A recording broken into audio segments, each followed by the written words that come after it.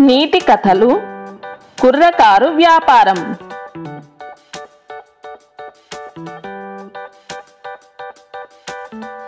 ఒక గ్రామంలో ఇద్దరు పండ్ల వ్యాపారస్తులు ఉండేవారు. ఆ ఇద్దరు మంచి మిత్రులు కూడా.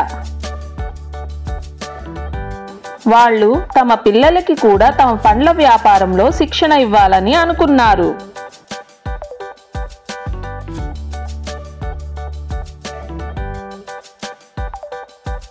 అందుకని తమ కొడుకులిద్దరికీ తలో పండ్ల బుట్ట ఇచ్చి పండ్లు నగరంలో అమ్ముకొని రమ్మన్నారు.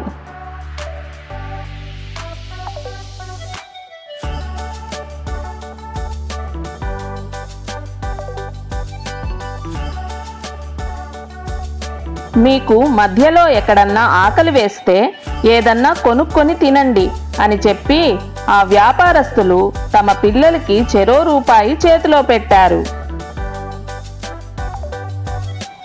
ఈ పిల్లలిద్దరూ సపోటాలు అరటి పండ్లు ఉన్న ఆ బుట్టల్ని మోసుకుంటూ పట్టణానికి బయలుదేరారు.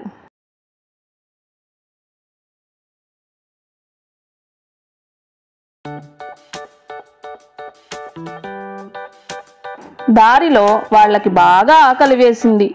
అప్పుడు ఒకడు తన రూపాయి రెండో వాడికి ఇచ్చి పండ్లు కొనుక్కొని తిన్నాడు. అలాగే రెండో వాడికి కూడా ఆకలేస్తే వాడు అదే పని చేశాడు.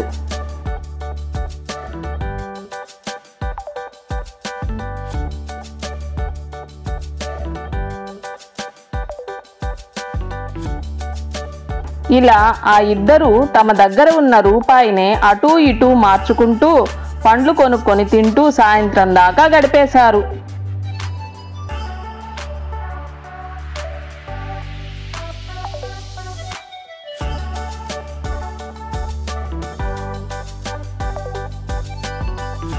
మొత్తం పండ్లు అయిపోయాయి.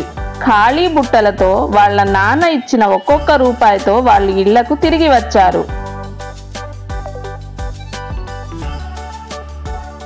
వాళ్ళ తెలివికి వాళ్ళ నాన్నలు నోళ్లు వెళ్ళబెట్టారు.